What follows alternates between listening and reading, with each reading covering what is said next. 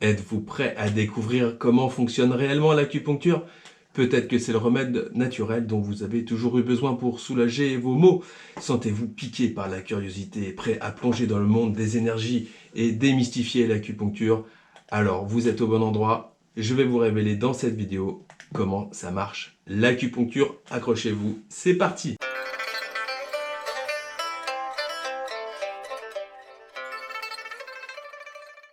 On pourrait dire qu'un point d'acupuncture est un endroit de la surface du corps où il y a transformation et transport d'informations, régulation de la fonction des méridiens et des organes, irrigation des tissus environnants et connectivité au sein du système des méridiens, mais c'est à la fois un peu trop court et pas très parlant.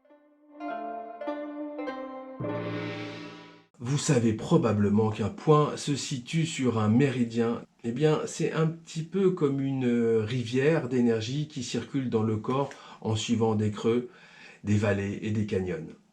La recherche moderne a montré que les méridiens circulent en réalité entre les fascias, de sortes de membranes qui enveloppent et relient les muscles, les organes, les vaisseaux sanguins et les os et d'autres structures dans le corps. Vous avez peut-être déjà entendu parler de la fasciathérapie. Bref, entre les fascias, il y a une circulation lymphatique et c'est aussi par là que circule l'énergie présente dans les méridiens d'acupuncture. Il en existe 12 principaux, 6 qui partent des pieds et 6 qui partent des mains, chacun des méridiens correspondant à un organe ou à une entraille. Chaque être humain est une combinaison harmonieuse de principes physiques et psychologiques. Un déséquilibre entre ces deux principes se manifeste par des désordres physiologiques que l'on peut observer à certaines irrégularités dans le rythme des pulsations d'une énergie qui circule dans le corps. Le traitement par acupuncture consiste à rétablir cet équilibre en agissant indirectement sur l'élément perturbé et perturbateur. Eh bien, c'est un petit peu comme si on agissait sur un barrage en laissant circuler plus ou moins d'eau. Concrètement, lorsque l'on stimule un point d'acupuncture, selon l'emplacement choisi sur la rivière, enfin sur le méridien, on va modifier le cours de celui-ci. Si on est par exemple sur un point puits, un point rivière, un point fleuve ou encore un point mer, on envoie une information différente dans le méridien. De plus, selon la technique de stimulation, on peut tonifier le point ou disperser le point. En stimulant ces points, on va influencer des aspects physiques et émotionnels du corps. Selon la médecine chinoise, cela libère les blocages, par exemple lorsqu'il y a de la stagnation ou de la douleur. Au contraire, cela tonifie l'énergie s'il y a de l'insuffisance ou de la fatigue.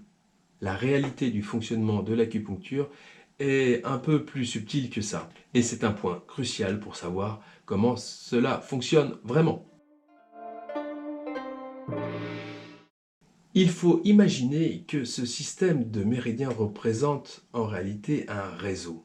Les méridiens communiquent entre eux, il y a des points de passage entre eux, des voies de communication, des dérivations, comme des canaux qui permettraient de réguler l'excès d'énergie ou l'insuffisance d'énergie vers un autre canal. Chacun des méridiens se compose d'un méridien principal, d'un méridien interne, d'un méridien longitudinal, d'un méridien transversal, d'un méridien tendino-musculaire et un méridien divergent. Ça fait 6 trajets en tout. C'est fondamental de comprendre que quand on utilise un point sur un méridien, cela n'agit pas exclusivement sur l'organe auquel il correspond, mais aussi en fonction du choix des points sur d'autres organes et entrailles, et l'on peut avoir des résultats sur bien des problématiques différentes.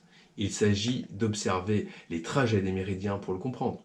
Prenons l'exemple du point 3 du méridien du foie. Le trajet du méridien principal du foie est celui où se trouvent les points d'acupuncture. C'est donc lui qui est utilisé par le praticien en médecine chinoise. Ce méridien est situé sur la surface du corps, il part de la région dorsale du gros orteil, passe sur le dos du pied, puis remonte sur la face interne de la jambe jusqu'à la région pubienne où il tourne autour des organes génitaux jusqu'à l'abdomen inférieur. Il remonte, contourne l'estomac et pénètre dans le foie. Il communique avec la vésicule biliaire, traverse le diaphragme et se distribue sur la région des hypocondres et des côtes. Le trajet interne du méridien du foie a une branche qui amène l'énergie qui provient du méridien de la vésicule biliaire et une branche qui amène l'énergie vers le méridien du poumon, puis monte vers la gorge jusqu'au nasopharynx et le tissu de connexion entre l'œil et le cerveau. Une branche rencontre le méridien d'Oumaï au vertex. Une autre branche descend de la tête pour contourner les lèvres. Une branche enfin se dirige vers l'appareil génital et en fait le tour. Le méridien luo-longitudinal est une ramification qui part du point de communication luo du méridien principal, c'est le 5 fois. Il longe le méridien principal dans une région plus superficielle. Il permet une bonne communication entre le méridien du foie et de la vésicule biliaire, qui est le méridien couplé au foie dans leur relation organe-entraille. Sa fonction est de transporter le chi et le sang à la superficie et aux extrémités. Le méridien tendinomusculaire démarre toujours au bout des doigts et remonte en superficie, reliant toutes les articulations entre elles. Il contrôle les os, les articulations. Il favorise les muscles et les tendons et donc les mouvements. Le méridien divergent, lui, part de la face dorsale du pied, monte au pubis et rejoint les organes génitaux. Il s'unit au méridien divergent de la vésicule biliaire, au-dessus du pubis. Il monte sur l'abdomen, se dirige vers la 11e côte au point 13 fois, pénètre l'interne pour se relier au foie, se ramifie dans la vésicule biliaire, traverse le cœur et monte à la gorge de chaque côté de la trachée et il s'épanouit à la face. Quand on travaille sur le méridien du foie, on comprend maintenant que cela a des répercussions sur la vésicule biliaire, le poumon, les organes génitaux, les problèmes oculaires, les maux de tête. Que se passe-t-il lorsqu'on stimule le point 3 fois? Tout d'abord, il faut savoir que la fonction du foie en médecine chinoise est de stocker le sang et de diriger la circulation de l'énergie. On dit qu'il gouverne les tendons, que son surplus d'énergie va aux ongles, son ouverture est aux yeux, son émotion est la colère.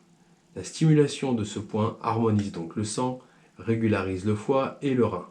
Il apaise les spasmes, fait communiquer les liquides organiques, lève la stagnation de chi.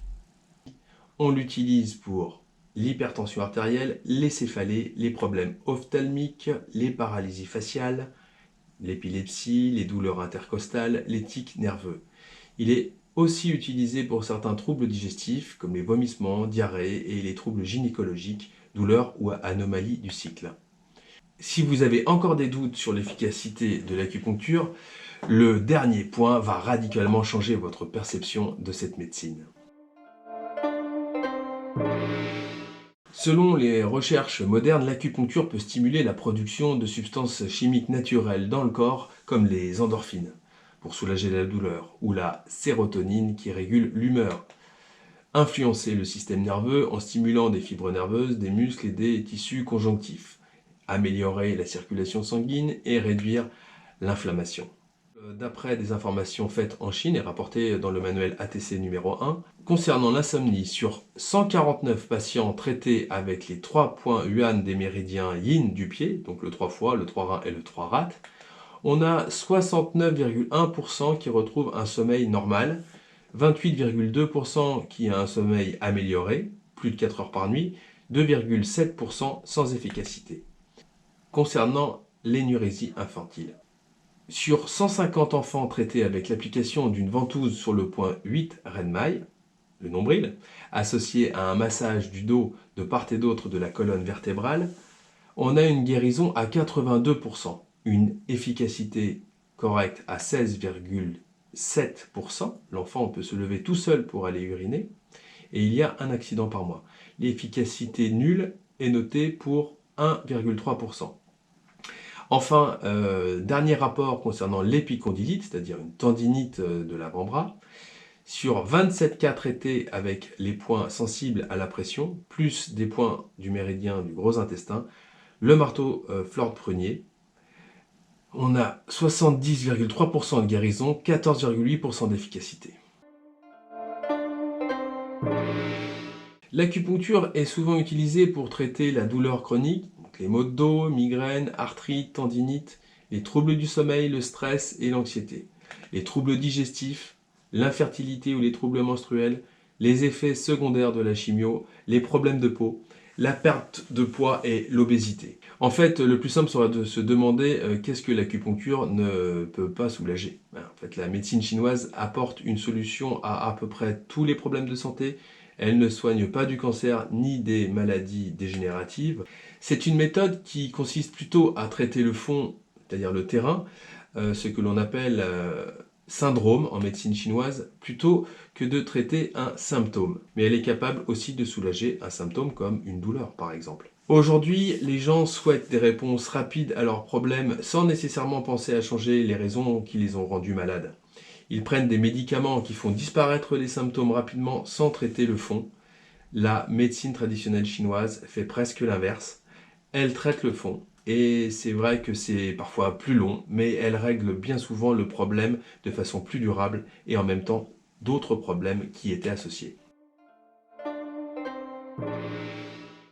Voilà, vous avez vu dans cette vidéo les mécanismes qui expliquent le fonctionnement de l'acupuncture, la notion de réseau de méridiens qui permet de réguler les énergies dans le corps, l'exemple du 3 fois et enfin les preuves de son efficacité. J'espère que cela vous aura permis de laisser tomber les légendes urbaines à son sujet et de démystifier cette discipline. Et la prochaine fois que vous entendrez dire « il faut y croire pour que ça marche », vous aurez un petit sourire en coin en repensant à la réalité des méridiens d'acupuncture et à la preuve de leur efficacité depuis des millénaires jusqu'à nos jours. Allez, dites-moi en commentaire si vous avez déjà expérimenté l'acupuncture, quelles ont été vos impressions et si cette vidéo vous a éclairé, n'oubliez pas de liker, commenter et partager. Pour plus de contenu comme celui-ci, abonnez-vous pour ne rater aucune de nos futures explorations. À bientôt.